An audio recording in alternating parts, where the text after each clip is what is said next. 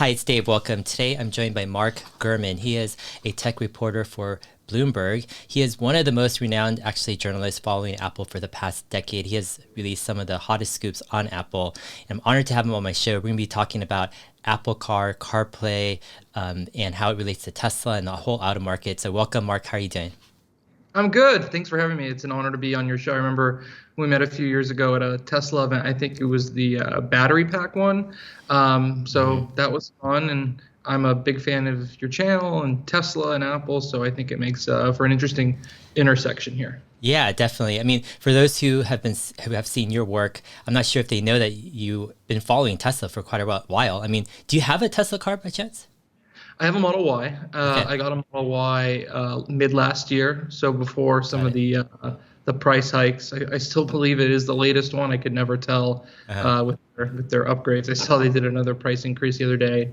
Yeah. Definitely the best car I've ever had. It's actually only my second car that I've had personally. I didn't need one when I lived in San Francisco or when I was in college, but these days to get around LA, you definitely need a car. I think it's awesome. Some people like to call it an iPhone on wheels. Yeah. I think Yeah. that's it basically, and it gives a lot of promise for what Apple might be able to do in the space with user interface and autonomy and design. So I think that one of the biggest mistakes of Tim Cook's tenure at Apple was when Elon Musk came calling to try to sell Tesla to Apple right before the Model 3 issues with the ramp up there.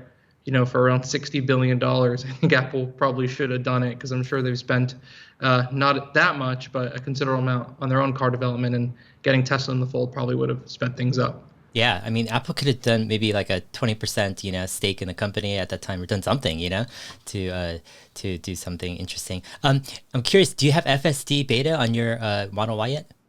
I Or don't have have you FSD ordered? You don't have it, okay. Yeah, but I use the included autopilot from time to Yeah. time on the freeway and some, city streets from time to time. Definitely want to give a shot on the FSD beta. I haven't had a chance to get that. I'm someone who believes in autonomy. I've used the autopilot on some of the curvier canyons and such, around California, and it's done pretty well. Sometimes it could be a little scary. You really want to actually have your hands on the wheel and pay attention. So it's not close to prime time yet, but you can see sort of like the framework of the promise of autonomous driving. Yeah, awesome. So I want to, my goal is kind of to get an overview of Apple's ambitions and also current efforts with CarPlay, also Apple Car. And I want to see I want to gauge kind of, in your opinion, based upon all that you've heard and all that you've been following, does Apple Car pose a threat, to Tesla's, let's say, competitive positioning or not?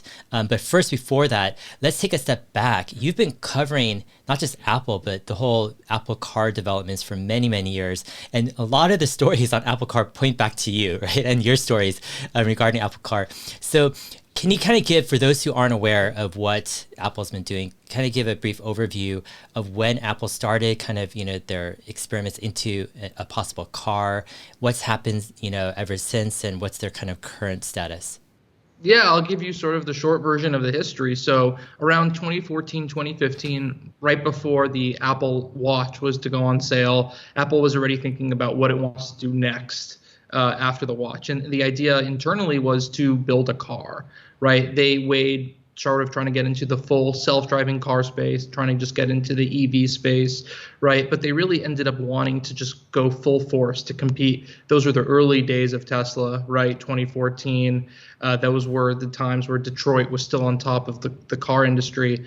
And so they started hiring hundreds, if not a few thousand people to work out of some secret labs in Sunnyvale, California, near their campus. And they went full force on building a car for about 2 years. Then they started hitting some real roadblocks in terms of design, in terms of autonomous technology, in terms of EV technology. They started having to lay off people. And what they ended up doing was they brought in their former head of hardware engineering for the whole company, who had basically partially retired before that. They brought him in to oversee and reboot the project. And what he did was they moved out many of the hardware engineers drivetrain engineers, what you think of when you think about building a car, and they focus just on the underlying autonomous system. And the idea was they want to get this self-driving technology down pat before going back to actually building the car. Then a few years ago. So let's pause right there. So what happened, do you think? Because I remember back then, Apple was hiring like crazy in the early days, and they really seemed to have momentum. And then they kind of just like, I wouldn't say fell apart, but they definitely hit some obstacles before, Mansfield came in. So what do you think was the core issue? Was it they didn't want to get into the hardware business? It was just too low margins? Like they didn't want the complexity of, the whole auto market? Or was there something other fundamental that was, you think, kind of, gave them the motivation to pivot or to, explore other approaches? I think they hired way too quickly and hired too many people from outside of Apple. And when you're bringing in a lot of outsiders to Apple from other industries, sometimes there could be culture clashes. I mean, most people don't know when they acquired Beats, right? It seems like a simple thing to integrate into Apple. There was a major culture clash between the Hollywood folks, the LA folks, and the music folks coming into Apple, which is known as a more techie iPhone, data-driven environment, right? And so the same thing happened when they were bringing in people from the car industry. Then they had people overseeing the project who were not from the car industry, right? So you had people who came from the iPhone, the iPod side of things, the Mac side of things, the watch side of things, overseeing people who came from Detroit, who came from Tesla, who came from all these electric vehicle upstarts in the autonomous technology. They were also way too early in terms of their advances on AI, right? They didn't come from an AI first approach to building the car, and they were sort of trying to shoehorn that in, and it didn't, work entirely well. It's not really easy to translate the skill sets from building an iPhone or a watch or a Mac to building a car per se. And so they ran into a lot of issues there. They ran into issues in terms of regulatory matters. They ran into issues in terms of how they're actually going to build this thing. They had talked about building it themselves through Foxconn, through Magna, right, which does some manufacturing for a lot of the car makers we know about. So there were a lot of complex issues from start to finish, and that really delayed the project. I mean, initially they had these grand goals of trying to, announce a car by 2018, 2019, right, 4 years after inception. And here we are in mid-2022 and still nothing, right? The deadlines keep getting pushed back. They've already gone through, I believe, 5, 6, or 7 different people who've been in charge of the project. They've moved the project's organization throughout different areas of the company. It started initially within the larger hardware engineering organization, the same org that does the iPhone and all those other products. They had it under the artificial intelligence group at one point. They had it reporting directly to Tim Cook at one point.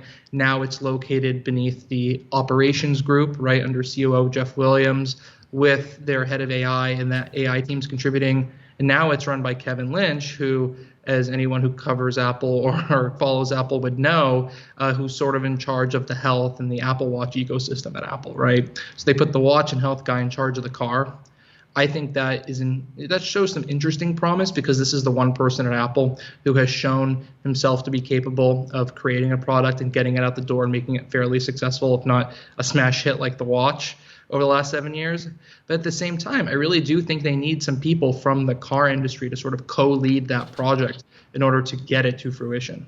Yeah, it makes sense. I'm wondering, okay, so after they kind of brought in Mansfield and they kind of had this pivot, a few years later, they also brought in Doug Fields, who led the whole Model 3 program at Tesla. So this was, I mean, at that point, I was like, it seems like it's getting interesting. What happened? Like, how did things, it seems like things didn't progress as fast as, what they might have hoped during that Mansfield and Doug Field period. So kind of during that kind of period, what went on? I think what happened is that obviously there was that sort of tussle between Elon Musk and Doug Field, right? In 2017, 2018, there were some issues surrounding the Model 3 program and some of those other cars. And then Doug Field ended up being pushed out of Tesla or leaving Tesla. I don't recall exactly the circumstances, but I think Apple saw that and sort of jumped on the opportunity to bring Doug Field back into the fold. If you remember, Doug Field was a Mac and hardware VP at Apple before going to Tesla. That was after his Segway days. And sort of it made natural sense. If Apple's going to try to ramp this car up again, they're going to bring the guy who helped lead the Model 3 into the picture. So they brought him in, and things seemed to be fine for about a year and a half, 2 years. They were getting closer to the point of talking to supply chain partners, manufacturers, really coming up with a vision for the car. and really getting closer to really having a roadmap of what to do here. But then 2021, end of 2020, things really started to crumble, right, under Doug Field's leadership at Apple. Deadlines were being missed. Deadlines were being delayed. Optimism for the project waned. And then you saw the Apple Car management team. And when I see management team, that's the group of men and women under Doug Field who are running the whole project. It's sort of Doug Field's Apple Car executive team, right? That executive team under Doug Field 2 years ago, right, to the executive team under Kevin Lynch right now for the Apple Car, I would say it's about 90 to 95% different. I believe it's been between 10 and 15 people over the years, but it basically has seen a complete turnover over the last 2 years, which is remarkable. If you look at Apple's other sort of skunkworks project, which is the augmented reality headset, what you've seen there is a pretty stable environment for management. And you've seen that across Apple's history, across all its major product lines. The turnover in the Apple Car's executive ranks actually, funny enough, seems similar to the turnover in Tesla's executive ranks over the years, with people coming and going and such. So, it's been sporadic at best. They've lost a lot of good people, and they've gained a few good people, over the last couple of years as well. But it has been nothing short of a mess. But I think Kevin Lynch has come in there and he's brought a little bit more stability, brought some people from operations and the AI world, as well as the Apple Watch teams, right? Not that really an Apple Watch is really comparable to a car, but they are trying to bring some stability there. And they still have these later this decade goals of shipping a car. The question to me is, are they going to hold off till they're able to do a level 4, level 5 car, right? Really realizing on that dream of full autonomous driving? Or are they going to do something similar to Tesla Autopilot level 2, level 3? Obviously, that's arguable, and come out with a really coolly designed car with a great user interface, right? Get ahead of autonomy, set the framework, set the stage, just like Elon Musk is doing, and really compete with Tesla on the existing parameters. Yeah. Do you think in some ways, like Tesla releasing not just the Model 3, but then actually delivering on the Model 3, getting it below $40,000 at one point, and really just kind of doing, I wouldn't say doing what Apple would have done, but really taking this design ethos, the hardware and the software, the user experience, all of that together, do you think, put Apple at a pause and say, wait a minute, Tim Cook is adamant in only going to fields that they can contribute significantly in, when Tesla went in and did what looked like kind of almost an Apple move with hardware, software, and UX. Do you think that gave a pause to Apple and said, wait a minute, we're not sure anymore if there's, if it's an open field like it was before? I don't think it's only Tesla, to be honest with you. I mean, I think Tesla is the biggest name and incomparably the most exciting name in the EV and the autonomy space right now. But it's not just them. If you step back and you look at Apple's competitors in general, two of their biggest competitors are Google, right, and Amazon. And they, as we all know, are playing quite significantly in the automotive space, right, with Amazon with their investments, right, as well as Google with Waymo.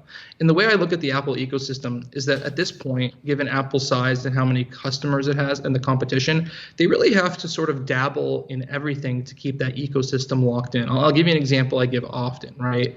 So let's say Samsung has this really cool new product. Let's say it's the foldable phone, right? And Apple lacks a foldable phone, right? If an iPhone user who has an iPad, who has a Apple TV box, who has a Mac and other Apple devices, a HomePod, wants to get the foldable phone because they think it's really cool. So they switch from their iPhone to the foldable phone, right? Then they see the Samsung tablet. They see the Samsung smart speaker. They see the other Samsung laptops and the other Samsung devices.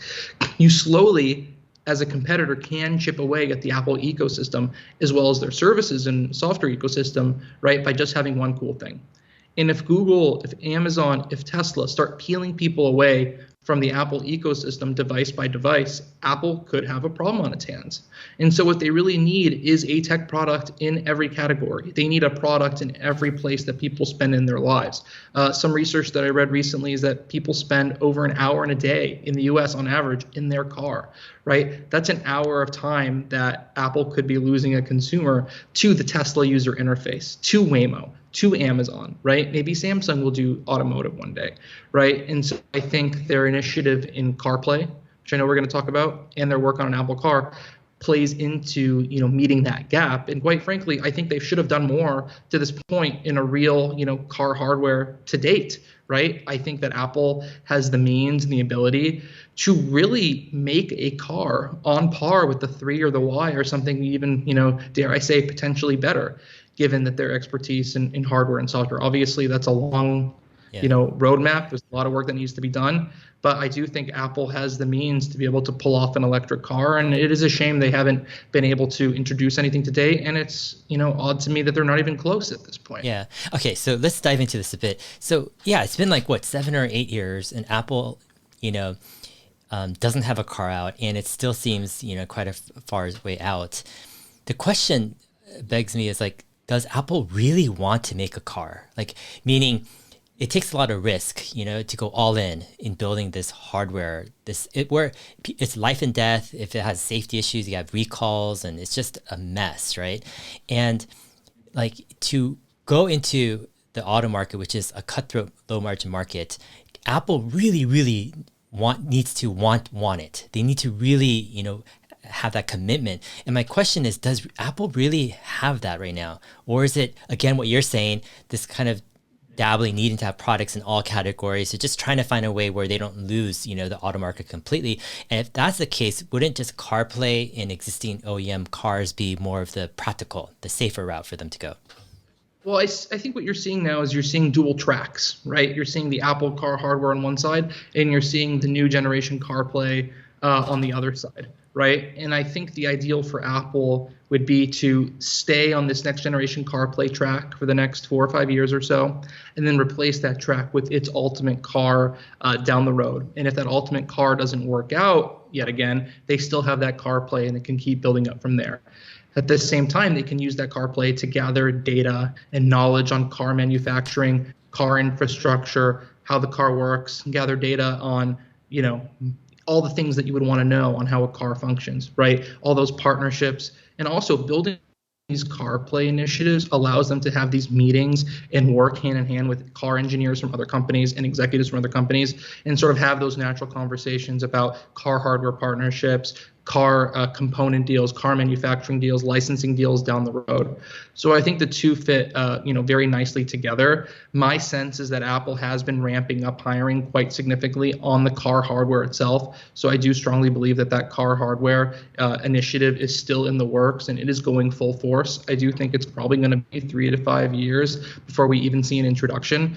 But if you step back and you look at the Apple Tesla comparison, I went to the Peterson Automotive Museum recently, and they actually have the first Model S in there. And correct me if I'm wrong, but I believe the first Model S was dated 2008.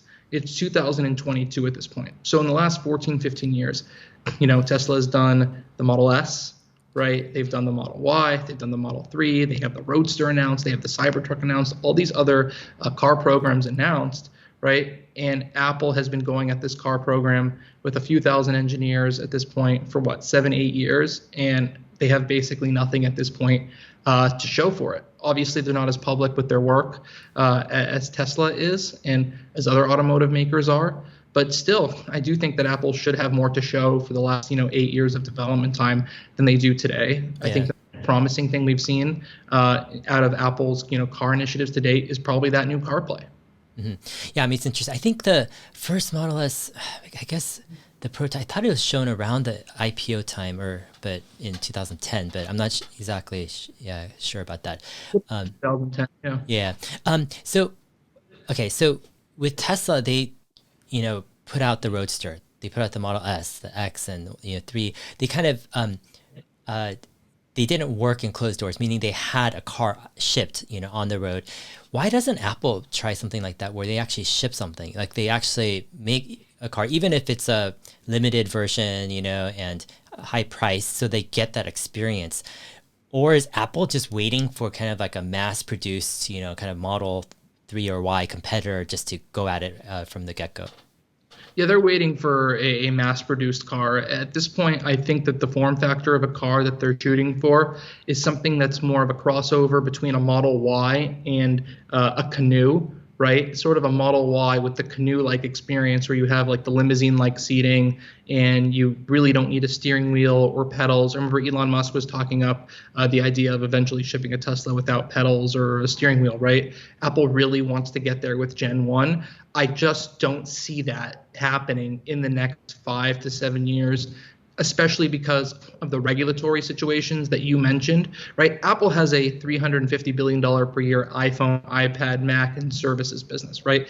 They can't afford to do anything that's going to hurt that. What can hurt that? Car accidents, people getting killed in their cars, serious regulatory issues with an Apple car. So there's so much risk at hand where they really can't afford to screw it up at the get-go. They can't have these NTSB hearings. They can't have any of these situations that you've seen Tesla have, which for Tesla, obviously these are very bad things, but they're a car company at heart. And all they do is cars and car-related programs and services. So that's really not avoidable. Apple really needs to figure out a way to really get it right on Gen 1 in order to avoid all of that. And one way to do that is sort of to kick the can down the road a bit for autonomy. Do something a little bit closer to what Tesla's doing, not with FSD, but with the included autopilot. And maybe just one day, maybe Apple can get something close to FSD or get FSD. I just don't see that happening imminently. Yeah.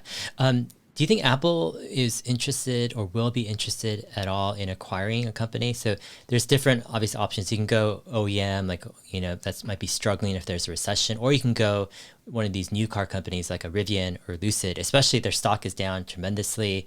They might have some ramp challenges. So maybe Apple can pick them up, at a decent price.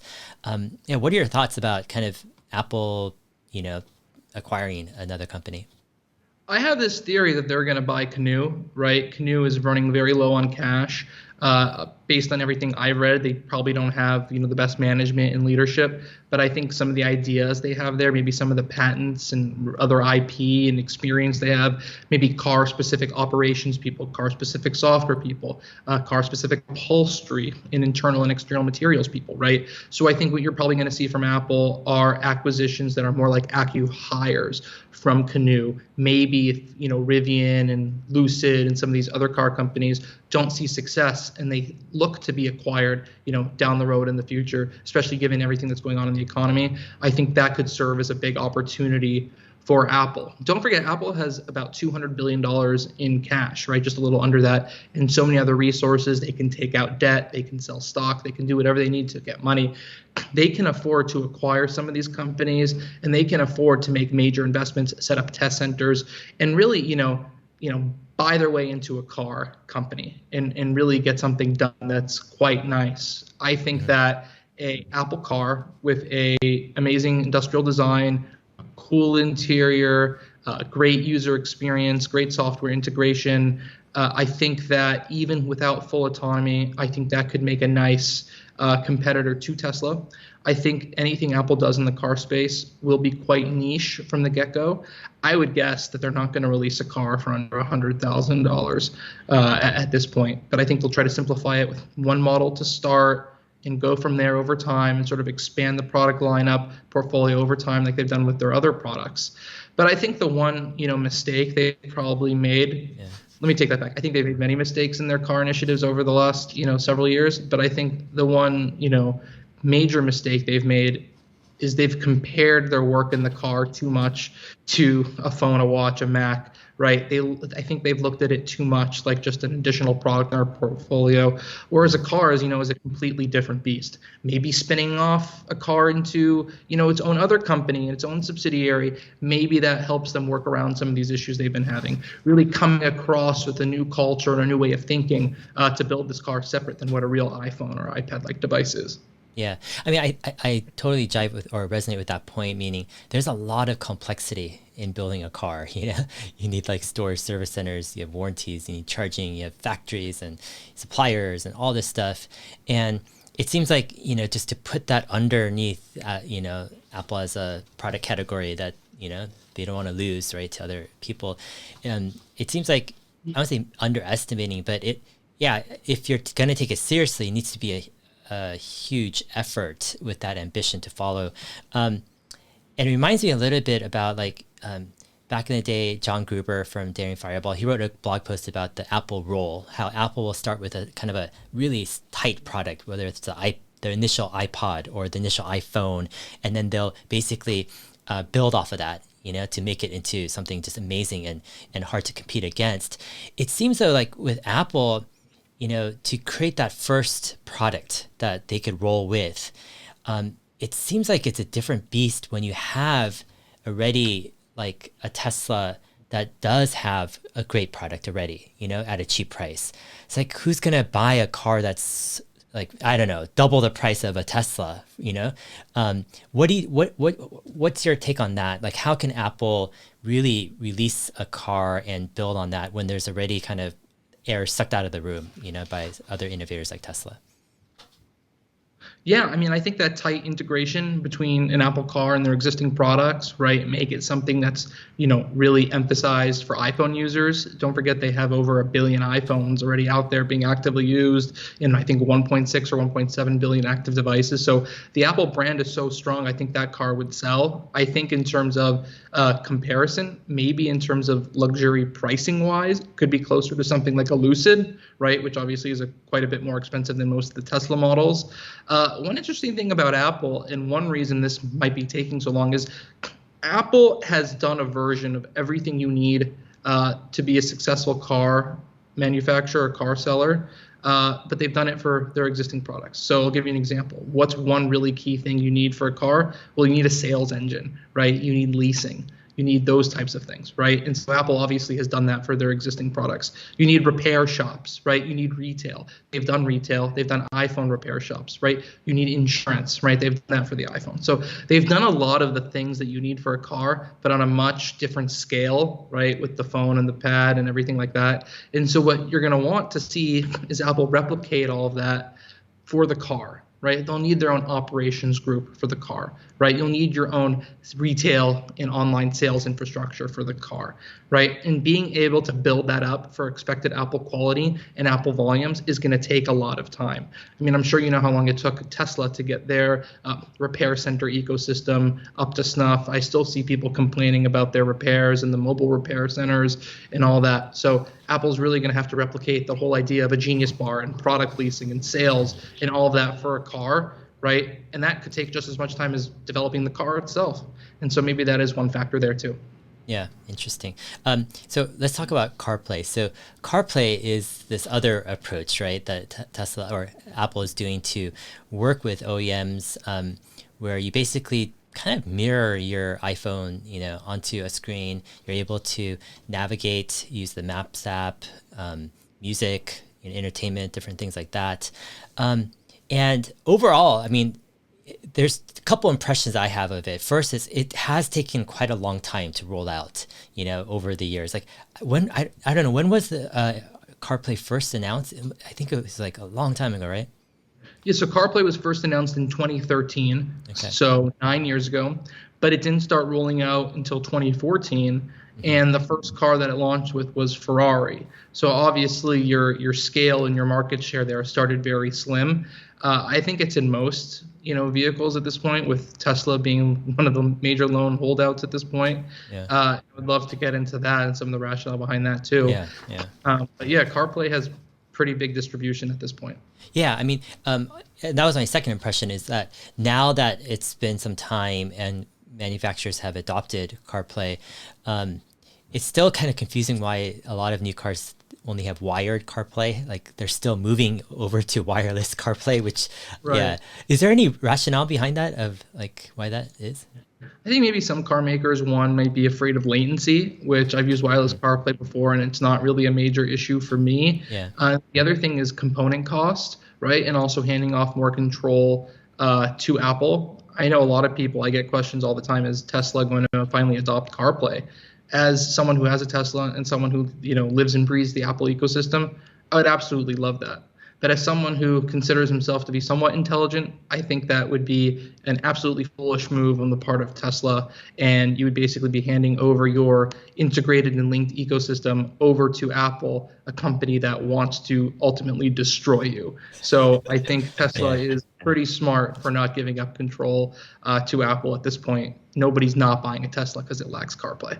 Yeah, yeah. I mean, it's interesting because, yeah, I would imagine a lot of people would like CarPlay in their Tesla just to get access to, their music better. Or, I mean, Bluetooth works okay, but I guess integrated, CarPlay would be better. But as you're saying, it seems like Elon and his team are keenly aware of what giving up or including CarPlay would do, right? That would basically be inviting Apple to take over a big part of the UI and UX, and that once you let that in, how do you stop it? It's like as Apple grows, right, their functionality, people want it more and more until, yeah, it's a tough one. I think It would be very foolish on Musk and Tesla to open up Tesla to CarPlay. I think they just need to keep improving it. I think the latest user interface that Tesla has done with the new nav bar at the bottom and some of the other bells and whistles they put in there, I think it's getting quite good.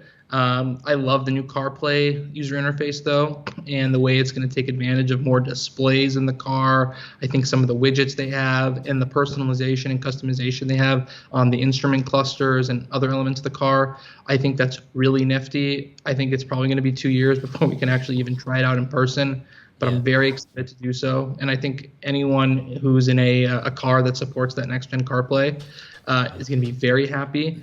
I love the new Mercedes, I believe it's the EQS, the electric S-Class, right? The 450 or 500, I forgot the number.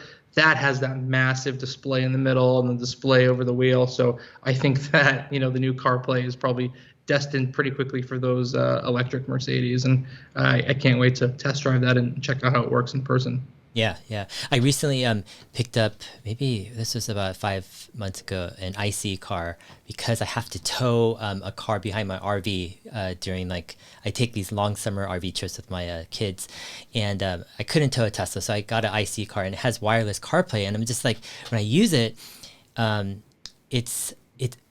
it's great. It without it, the car is almost pointless, or the user interface is pointless. It's almost like I can't do anything in the car, right?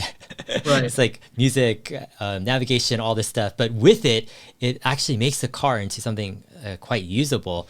And it seems to me that Apple has gained leverage over the years with OEMs, where OEMs don't have an alternative like navigation system or operating system, so they've kind of relied on Apple and Google to provide that, right? So people can now go in and have a modern experience, but auto OEMs don't have that on their own. Do you foresee some type of, I don't know, tension going forward? Because here you have, like, as I was saying, it's like kind of like feature creep, right? Apple has gotten in for our CarPlay. Now they want more of that, right? UX in the car because people are in the car so much. But then the auto OEMs, they're like, do we really want to give that up, right? Completely to Apple. So what's your take on that? So I think there's a few factors at play here. One, I think there's the Android versus iPhone conversation and competition there. I think Apple sees the car as a serious battleground. And obviously Android has Android Auto and Android Automotive. For those unfamiliar, Android Auto is similar to CarPlay, where you plug your phone in and you get that Android-like experience. Android Automotive is where you actually have the Android operating system built into the car, whereas maybe in a Ford or another car previously you had QNX built in or another one of those operating systems. And so I think Apple wants to ultimately compete with Android Automotive and maybe license or sell a CarOS operating system to these car makers, have the car makers pay them for it, and Apple can generate money, and they can really make the car, third-party cars, the first time where Apple's distributing its own operating system to non-Apple hardware. So I think there's a money-making play down the road there. I think there's a competitive play trying to compete with Android. I think there's an ecosystem stickiness play where you have this really cool Car OS operating system or CarPlay ecosystem, and that's another reason why you want to stay with your phone, your iPhone, your Apple device, because you know how it works, you like how it looks, and it's integrated with your car, and you're not going to switch away to Android and have to learn a whole nother car operating system. So there are several factors there. And then the other factor at play is the learning, the data, the infrastructure that they may need to build that car ultimately. And then down the road, 10, 15 years from now, you might be in a situation as Apple where you sell your own car, right? But at the same time, you're also basically owning the third-party cars, the cars that are not actually distributed by Apple. And I think the extremely long-term play here is that Apple's going to want to own the entire road here. And that way they can compete with Tesla not only for their own sold car hardware, but they can compete with Tesla and all these other car makers by also owning the in-car experience in everyone else's cars if you don't own an Apple car. Yeah. So I That's why they have that dual track approach. It is very smart. It is taking forever, but I see the clear angle here, what Apple's shooting for. You're either going to be able to have two great paths that you can potentially choose from, or you have a great plan B path, just CarPlay, or you're in a situation where you own the whole road, right? Mm-hmm. So I think the future for the car could potentially be very strong for Apple. I'm interested if Tesla might eventually take an Apple-like approach and try to license their car UX and their software and their user experience to other cars as well, and try to compete with CarPlay, try to compete with Android Auto and Android Automotive. Yeah, I mean, that's definitely an interesting market or play because Tesla has, right, their FSD program, Autopilot. They already have the UX. I mean, it all comes down to like how desperate these OEM, car makers are, whether, for them to cede over, right, this whole user experience inside. But it's possible, like, Tesla does a revenue share, where they're like, hey, if, the option cost, $12,000, you get 6,000, we get 6,000. Or if it's a monthly, like you split the monthly cost or something where the auto OEMs are like, hey, this is pretty lucrative, exactly. Just to add Tesla. Yeah.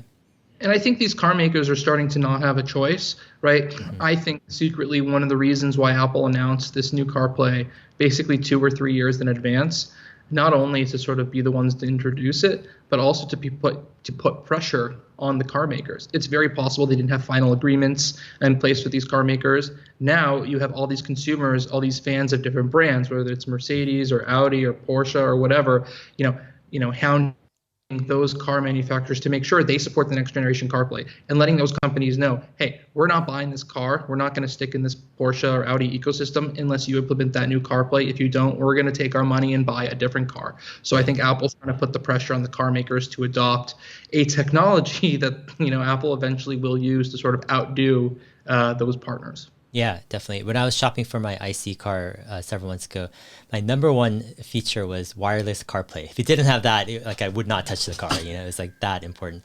Yeah, definitely pressure.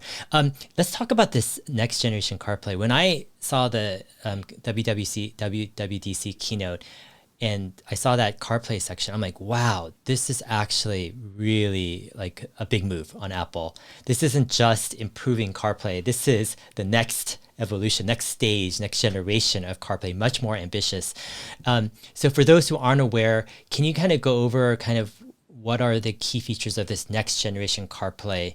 And I'm also curious, like, and we've touched on a bit, but like, is the goal for Apple just to continue to, take over the interface? But it seems like, it's not just the infotainment interface now, that now they're going into the system controls interface, right? And it's basically, that's the entire user interface in a sense, right? The system controls and the infotainment. So this is a move to take over what they haven't taken over yet, right, in the car. So yeah, if you can kind of detail a bit more for, people watching kind of what the next generation CarPlay really is doing. Yeah, Dave, that's exactly right. So let me explain CarPlay today for those unfamiliar. You plug your phone in over the cable or wirelessly, and what you get is phone, maps, calendar, some settings, a little home screen customization, and then you get your media. You get audiobooks. You can get Spotify in there. You can also get your messaging apps, and you can get, of course, Apple Music, all your media stuff, your entertainment stuff. But what you can't get are sort of the core elements of controlling your car. You can't get your AC, right? You can't get your instrument clusters, changing speed. You can't see, how fast you're going or your charge level or your battery level, and you can't control your terrestrial radio built into the car. And so what Apple has done is they've created a new version of CarPlay that can control the entire car itself. You can replace the entire car user interface and operating system. The software, the OS, the UX that you see in your instrument clusters above the steering wheel, right? That could be replaced with the Apple interface. So I'll give you an example. If you have an Audi, I used to drive an Audi, so I can tell you, I would be constantly switching between the Audi operating system and the CarPlay operating system. I would do all my media and my phone stuff and map stuff through CarPlay, right? But then I would need my Audi user interface, the operating system built into that car, to control the radio, to control temperature, to control everything else. My instrument clusters, that was all an Audi user interface. So you basically had two competing OSs in the car. Apple basically has a new CarPlay operating system for the car that can do everything. right? Replace everything with one OS. In some ways, it's safer because you're not moving back and forth between two different operating systems while you're trying to drive. In other ways, this is showing a complete takeover of the car experience by Apple. It is these car makers essentially ceding control of their cars' operations to Apple, a company that, by the way, is also building a car with the goal of putting you out of business. So, okay, my big question with this next generation CarPlay is, do you think it can run without a phone, like without connecting with iPhone? Like, will there be a separate chip on board and software on board that basically takes over all of the system controls, the speed, speedometer, the climate, all that stuff? Or let's say you lose your, or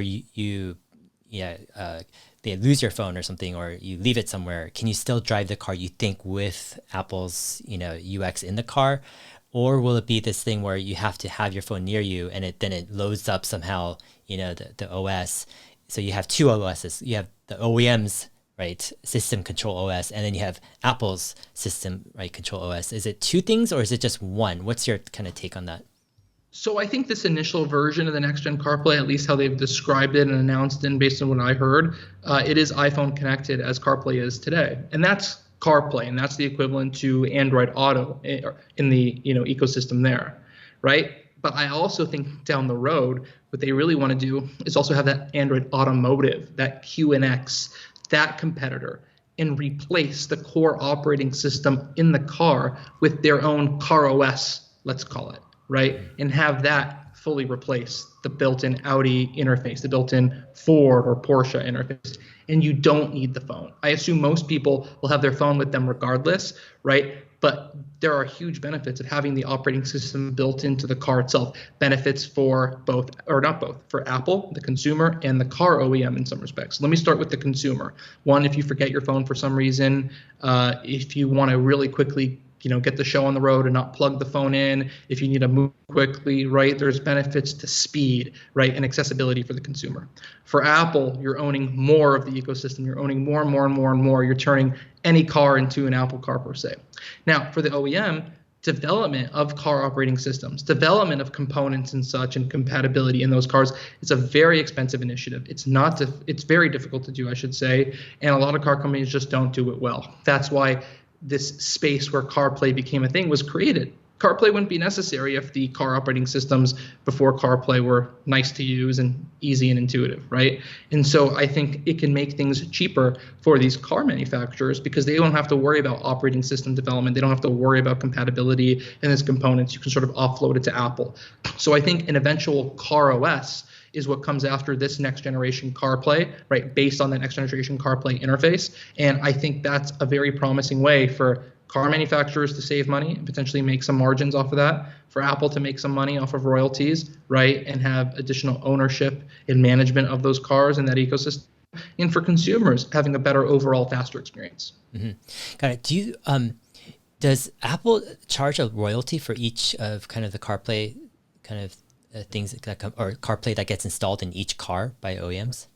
No. Apple doesn't charge based on everything I've heard. They don't charge a royalty, which is a little confusing to me when I heard that, because I remember there was a time where BMW was charging, I believe it was $20 a month or some $200 fee, something with a 2 at some point, to get people to pay for CarPlay. But it doesn't seem like Apple's charging OEMs for royalties. However, if Apple is going to start installing an operating system that does not require the phone inside of a third-party car, obviously they're going to charge royalties in that scenario. So what you describe here seems to be CarPlay 1.0. Let's say it's just the infotainment. CarPlay 2.0, let's say it moves to taking over, the system controls. Let's call CarPlay, I guess we can call it CarPlay 3.0, is where you don't need a phone at all, right? And you have, the whole car OS in the car already. Would CarPlay 4.0 be the addition of autonomous driving software into that car OS? That's very interesting. So I do think that is something they've discussed internally. If they're not willing or able to pull off a full end-to-end car experience where it's like a Tesla, it's an all-in-one package, there is the scenario where they could offload or license autonomous functionality to third-party cars as well. I don't think they're going to do that. I think CarPlay 4.0 is the full car. Apple has never gone into a territory of releasing individualized hardware for another company's products. Obviously, they haven't done that with software either, but the car is a little bit different because they don't have a player there at this point.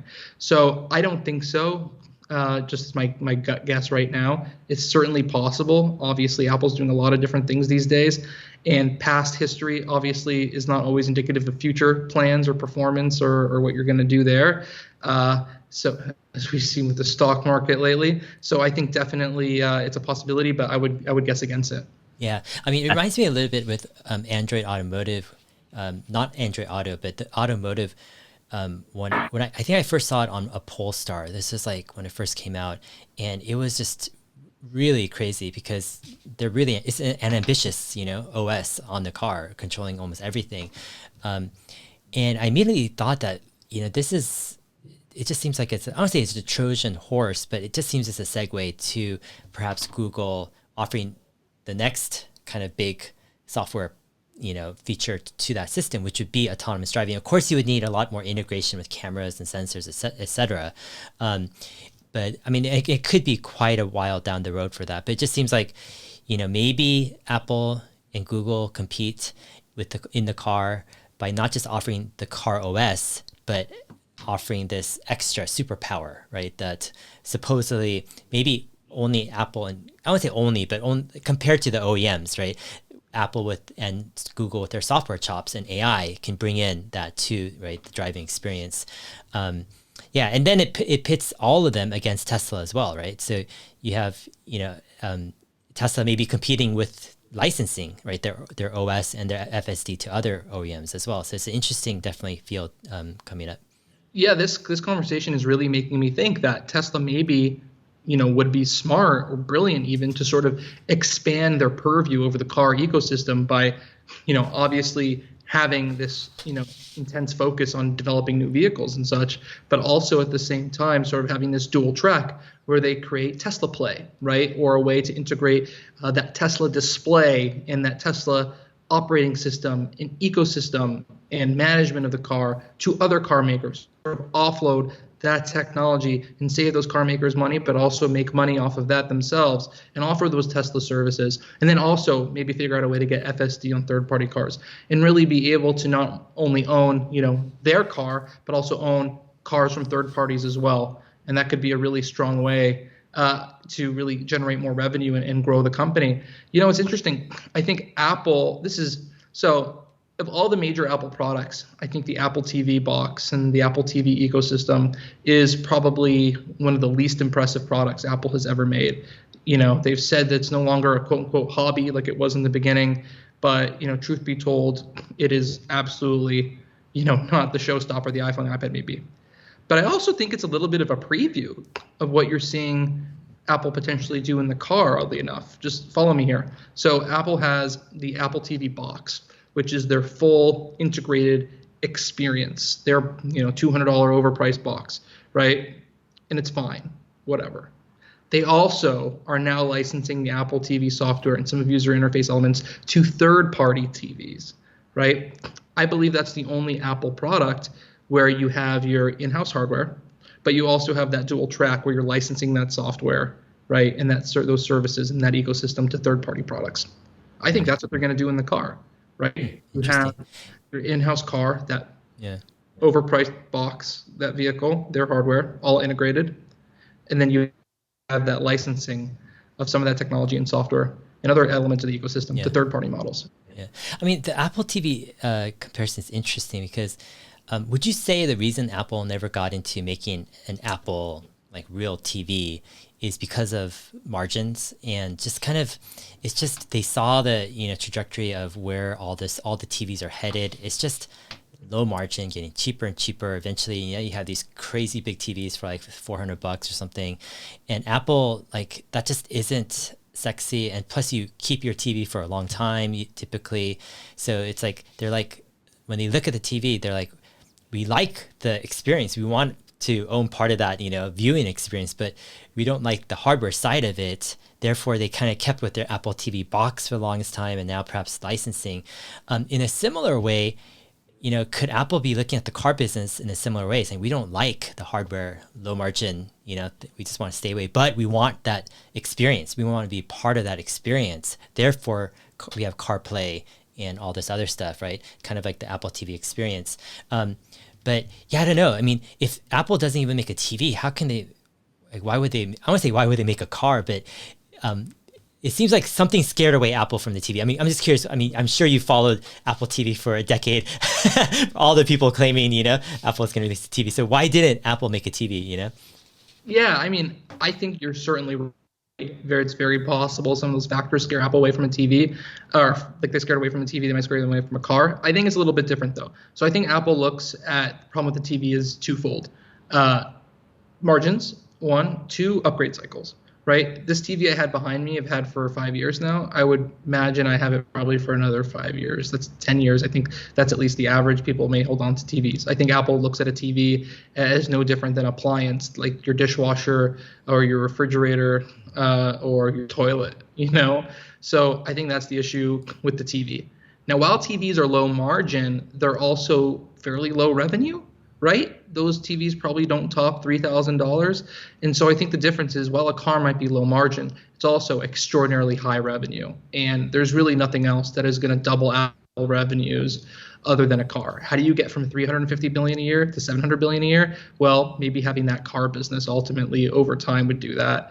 I think the other thing in the favor of Apple building a car is that upgrade cycles on cars are, I think, different. Right? I mean, there are people who hold on to their cars for, 5, 10, 20, 50, even, 75 years, right? I sometimes see some very, very old cars rolling around. But I think this idea of car leasing and 3-year upgrade cycles on cars is very big. So I have my Model Y in a 3-year lease. I fully expect to get a new whatever Tesla is to replace when my lease is up after 3 years, right? So I think Apple could really push a car with a leasing program and a subscription-like program, just like Tesla is trying to do. And obviously other car companies have been selling these 3-year leases for generations, right? So I think in favor for a car that makes it different than a TV is both the shorter upgrade cycles as well as the strong revenues. I'll probably have 3 or 4 different cars over the same lifetime that I have that TV behind me. So I think there is, that difference there. At the same time, the margins issue is very real. The cost, the manufacturing know-how, the complexity, the regulatory factors, the risk involved with having a car company within Apple, those are all certainly still there, and you can't really take that away. Got it. Okay, so going back to, let's say, Apple's autonomous driving efforts, are there really much evidence that you've come across with that Apple is super serious about autonomous driving? I know they have 69 or so Lexus SUVs registered in California. They have 150 test drivers, etc. But besides that, I mean, a lot of companies, have stuff like that. But are they really serious about autonomous driving, and how far have they progressed? I mean, for me, the biggest sign that there was some seriousness was I think they I don't say poached, but they hired Stuart Bowers, who was part of the AI team, actually presented at AI Day, the first one. I think he was handling more of the software deployment into the car infrastructure. But yeah, that signaled kind of, some seriousness. Also, Apple's kind of, involving kind of their AI division and oversight into the Apple Car team also signals that. But I don't know, just any insight, I don't say inside info, but any insight into kind of Apple's seriousness with autonomous driving? I think they're extremely serious. I think that this project was mostly born or revamped. Generation 2 of their car team in 2016 under Bob Mansfield was sort of revamped under this AI first approach. And then you saw the car team move under Apple's AI group. And they have hundreds, if not thousands, of people in their AI group, their special projects group, working on the AI-related autonomous driving problems and technology for this future car, right? So I think AI is at the very core of what they're building here.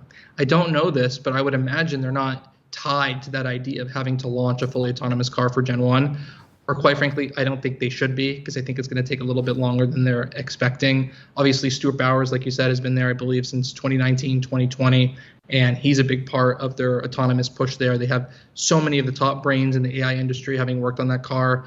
Ian Goodfellow, who was a director of ML and AI at Apple, who famously left recently over their return to office policy, right? He was one of the most, or is one of the most foremost people in all of AI in the world, and he was working on the car project, right? He oversaw, I should say, at Apple, a team in Zurich, Switzerland, working on some of the underlying AI infrastructure for the car. They have teams all over the world working on the AI components for this car.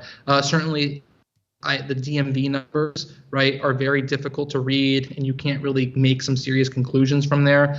I've only probably seen slight improvement on those DMV numbers over the years.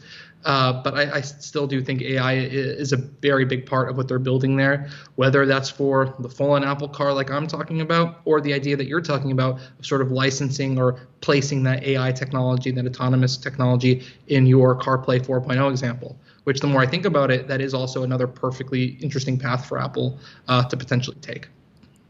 Makes sense.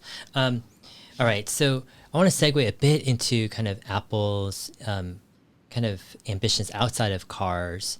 There are some complaints by some people where they're like, Apple, they do incremental improvements, they make good products, but maybe they've disappointed on these big new category defining, new products. Sure, you had the AirPods and Apple Watch, but some people have expected more, but then other people, they love Apple's focus on services and really just, increasing revenue and et cetera. What's your take on kind of the state of Apple? Are they as innovative as they were before? And I'm just curious, what are the big new areas that Apple, if so, targeting, right, for this innovation? I think they're innovating in different ways, and they're innovating in new areas that may not be as interesting to some people as sort of the innovation they've done in the past. I think one way to look at it is this rapid expansion of the product lines, right? Under Steve Jobs, I believe you had 2 iPhone models and 1 iPad model. Now under Tim Cook, I believe you have 4 or 5 different iPhones, or actually I think it's 6 or 7, and then you have 4 or 5 different iPads, right? You have all these different screen sizes. So if you consider that innovation, sort of the wider ranging product lineups that you have under Tim Cook that you didn't have under Steve Jobs, I think is quite impressive to the company's bottom line, and it's giving consumers more choice. They're also innovating in new areas, whether that's services like TV and other video programming, podcasting, music, gaming. They're dabbling in a little bit with Apple Arcade. And then you're seeing, there's some of their initiatives in health, but they've also had some extraordinary misses, right? So Siri, that was acquired by Apple, I believe, in 2009 or 2010. And then they turned that into a feature for the iPhone at the end of 2011 with the iPhone 4S. And so in terms of very interesting voice-based AI service, they were 3 years ahead or 4 years ahead of the Amazon Echo, right? The Amazon Echo launched 4 years after Apple, and now I like to say that the Amazon Echo is 4 years ahead of Apple. So they've completely missed in voice AI technology and really proving that is a core use case. I think they completely missed in smart speakers as well. Clearly, they have ultimately failed in TV too. There's a TV hardware, as you can see in the market share numbers, like you're seeing from Roku, Amazon, Google, and some of the other providers there. So in terms of voice AI and living room stuff and smart home stuff, they really missed the boat there, and that is quite unfortunate. Where they've had great success, obviously, is in Mac. You can see sort of the resurgence of the Mac lately, given COVID caused a lot of people to buy new machines and such. Apple Silicon certainly has helped as well. The iPhone is still their bread and butter. But like you said, things have gotten extremely incremental, right? The iPhone 10 launched in 2017. This iPhone 13 I have with me is not, that different or that much more innovative than the iPhone 10 you saw 5 years ago. Samsung is coming up on its 4th generation of foldable phones later this year. Apple is still not even close to their 1st generation. I think that their first headset, which will be a mixed reality headset merging AR and VR, that will go on sale next year. It'll be supremely expensive, supremely high powered, and very niche to, I think, very intense fans, maybe like you and I and some of, our viewers, and it will not be a particularly hot mainstream seller. I think the closest thing that Apple has in the pipeline to being an extraordinarily innovative new category would probably be their standalone augmented reality glasses, right? AI or AR only, lightweight glasses, look like Ray-Bans, really the next generation, the next big leap in technology. I think those are going to be the next big thing for Apple for real. And I don't think that's coming particularly anytime soon. I still think it'll be 3 to 5 years minimum. So we are a ways away from seeing that big innovation, right? And if you think about it, the Apple Watch, that's probably the last major thing Apple's done. That came out in 2015, and we may not see that next major big category, the AR glasses, until 2025, 2026. So that's going to be over 10 years. Whereas with the iPhone and the iPad, you saw that 3-year gap. Between the iPad and the watch, you saw that 5-year gap. Between the iPod and the phone, you saw a 6-year gap. Between the iMac and the iPod, you saw a 4-year gap. So I think there's some work to do. Yeah. But maybe costs come down very quickly on the VR headset and it becomes a hit. I wouldn't bet. I wouldn't bet in that direction. I would bet the AR glasses are the real long-term product for Apple. Yeah. It's interesting. Like Apple to me is probably the company I get in terms of their products I get most excited about after Tesla, just because every iPhone I get, it's just I'm super impressed by its quality and just its attention to detail. I love my MacBook Air. Can't wait for the next gen M2 chip. They just make great products, that like I use every day. But on the flip side, I guess not every company can be kind of like a category produce a category killer every couple of years. I guess Apple has done a lot. With AirPods, I wanted to ask you this. AirPods Pro, are they coming up with a new version soon? Should I wait to buy some updated ones? That's another popular question besides Tesla CarPlay. Yeah, there'll be new AirPods too coming out towards the fall. Okay. They'll have, a new chip, better sound, better voice control. So, I would hold off for those. It's funny because the batteries on these AirPods, they only last 2 or 3 years. And the last AirPods Pro came out October 2019. It's getting to the point where I need some new AirPods Pro for myself too. Yeah. So I'm looking onto that. Let me ask you a question. So what's your what Tesla do you have? What's sort of your Tesla? Are you going to get a Cybertruck? What's your long-term plan there in terms of your Tesla product ecosystem? Yeah. So I started with the Model S back in beginning of 2014. Got a Model 3 in the beginning of 2018. And then I'll probably get a Model Y. I have one on order after this summer, after I do kind of this long trip. And then I'll get a Cybertruck next year.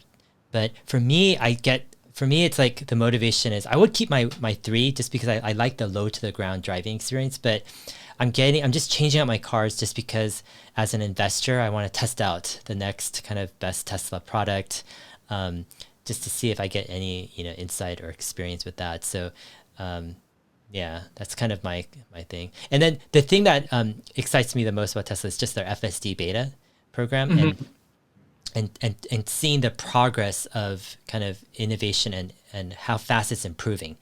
I totally recommend. I don't know if they're giving that full self-driving beta to monthly subscribers yet, but I think that would be, once they start releasing it to monthly subscribers, that would be a great time to test it out because you don't have to fork over, $10,000 or $12,000 for it. You can try it out just for a few $100s a month, but that is crazy. I think people are underestimating how far Tesla's come with that. Probably. I tried out the new Model S recently at the retail store, and that new display, the swivel display, and some of the controls there, and the new instrument cluster. That thing's amazing. It is just so beautiful inside with the display in the back, the 2 screens in the front. It'd be a perfect set of displays for CarPlay, by the way. Exactly, yeah. But the speed and the fluidity of the operating system, the Tesla OS, on the new Model S, it is night and day compared to my Model Y. So I am excited about maybe getting a Model S one day. Yeah. And I do have a Cybertruck on order. just a $100 deposit. Yeah, yeah. I'm not optimistic as you might be about it launching next year, but I cannot wait to get behind the wheel on that and ultimately decide if I want one or not. Yeah. I don't really need two cars, so I'll have to come to some sort of decision if I will sell the Model Y or give it back and the leasing program, just get a Cybertruck or not get the Cybertruck. But it's a pretty exciting time, I think, despite everything we've talked about, to be someone who sits at the intersection of the Apple and the Tesla ecosystems. Yeah. I just wish there was a little bit more crossover. Yeah, yeah, definitely. A couple more questions on Apple. So, do you think Apple should buy Peloton? I don't. You don't, I really? don't. Peloton. Yeah, I don't see the purpose. I think that Apple clearly can go in on fitness software and the fitness services and ecosystem in on itself.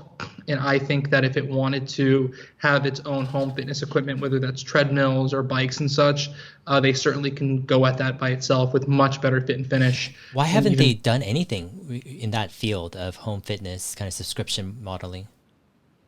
I think there's some risk there for them too. I mean, we talk about car accidents and risk that you have in the car, right? But you saw what you saw what Peloton went through with the death of a child and other injuries that people have been sustaining on their equipment, right? I think there's a lot of innate risk there with not a lot of potential long-term benefit for Apple. So I think they're quite happy with the watch. And I think I know they're bringing as they announced, the fitness app to the iPhone now, right? Yeah. Where you can sort of track your activity with the red move ring in there too now. So I think they're happy for now with the watch and the phone there. I think Peloton is so muddled up with operational inefficiency. Their brand has been tarnished in some respects. And I think they have so many issues that even at a bottom barrel price, I don't think it's particularly worth it for Apple. I think if they wanted, they could just replicate what Peloton's doing at a lower cost. Yeah, that makes sense. I just feel like Apple, I mean, with Tim Cook saying like he thinks health is going to be the big area that Apple leaves a legacy in, I just feel like there could be a lot more stuff that Apple could do in that field, even right now. Like by Aaron playing. Yeah. Sorry, my Siri just went off. But yeah, it just seems like, sure you got the watch, but the watch to me is like not the most, it's like, what do I call the watch? The Apple Watch is, because of its small screen size, it just is not the ideal fitness accessory. It's a fitness accessory, right? Or a health accessory, but it has some limitations. So it seems like, I mean, there could be a ton of things that Apple does, and one of them is like hardware, right? And Peloton has proven out, a subscription model that rakes in a lot of monthly, revenue. And Apple, it's totally in their game to create this kind of operating system content engine, right, for fitness, not just for bikes. Let's say they do it across the board, and they don't even have to make the equipment, right? They could, just provide the store, right, and for all this other equipment. Why don't they do stuff like that? They should do it. Maybe something like CarPlay for fitness, like Fitness Play. Exactly. Right? Yeah. And license it to the existing ecosystem of fitness equipment, right? Have Fitness Plus, the Apple operating system and display built in. And then maybe one day they become fascinated enough or learn enough about the area where they sort of want to create their own treadmill and their own, and whatnot, right? So I think this approach that we've talked about these dual tracks is probably applicable to so many different future categories for Apple. And that's what's exciting about Apple, is that there will always be another new category. Mm-hmm. Yeah, interesting. Are you how bullish are you on Apple over the next 10 years? I'm quite bullish on Apple. I do think in the next 10 years we will get those AR glasses, and I do think we will get a car in some form, and I think that is going to be exciting. I'm hopeful for Apple to get into the foldables game, right? If I wasn't glued to the Apple ecosystem and iMessage, I would probably have a Samsung Fold by now. I think that thing is it's the ultimate device for me, right? Definitely want a larger iPad, maybe a 14-inch or 15-inch iPad Pro. I think this 12-inch MacBook Pro that they're working on is going to be cool. I think what they're doing in processing, in chips with the M1, the M2, and the M3 and M4, and whatever BMW name they want to take for their future chips, I think will be quite exciting as well. Yeah. With WWDC, the most interesting announcement. It's kind of weird, but I love the iPhone camera as a webcam. I know a lot of people didn't like that announcement, saying it's so un-Apple, right? To have this crazy, just clunky thing that you stick on your computer and use as a webcam. But for me, it's just like, I love that idea because partly I do YouTube videos, etc. And I know how good the iPhone rear camera is. It's like so stinking good. There probably will not be a webcam out there in the next decade or two that's comparable, right, to an iPhone rear camera. So if you could just stick it on your laptop, it's just one of those things where I don't know how practical it is. I don't know if it's really going to make money for Apple. It's like an extraneous thing. Sure, it's kind of weird, but it just is such a cool kind of feature to have. I don't even know how it can segue into more innovation or what it could do, but for me, I just really appreciated that use case. But yeah, I don't know. It's just a comment I had on that. It's not very Apple-like in terms of how it works, not this integrated package, but I actually think it is somewhat practical, right? Because you have this great camera, why not? I actually wanted to use it for this, but I couldn't find a way to get the phone clipped onto my laptop. And I think this camera on the laptop is perfectly fine anyways, but I definitely will be one of the people who orders those clip-ons from Belkins or whoever sells them to use this feature. I think it is very interesting and it is useful. Apple's trying more things these days, as you've seen with the latest MacBook Pro and such, where they're sort of throwing away the need for thin and light and focusing more on performance and usability. And I think that feature is one example of that, probably. Yeah, definitely. Mark, it's been fun catching up with you on all things Apple and Tesla. Big fan of your work. I've been following you since actually the early days, 2010, 11. I've been always a big Apple fanatic. I used to check Mac Rumors and other sites like every day, like 5 to 10 times a day, for multiple years. So I feel that. Definitely fun catching up, and I appreciate your insights on Apple. Fun to learn, and definitely would love to catch up and chat again. Any kind of last words? Where can people find you if they wanted to follow you? Yeah, thanks for having me. Obviously, you can find me at Bloomberg.com. Also, I have my weekly newsletter where I've been talking a lot about this CarPlay and Tesla and whatnot. You can get that at Bloomberg.com/poweron. And you can also follow me at Twitter.com/@Mark Gurman. And if you go to my bio page on Bloomberg.com, you just click my name on any Bloomberg article, you can actually sign up to get an email alert, a free subscription, to get an email anytime a new article comes out. So please do that. Check out my latest stuff on Tesla, Apple, and whatnot. And of course, Dave, it was great to be on here with you. Awesome. Appreciate it, Mark. Have a great day, and we'll see you later. You too. Bye. Cool, man. Thanks.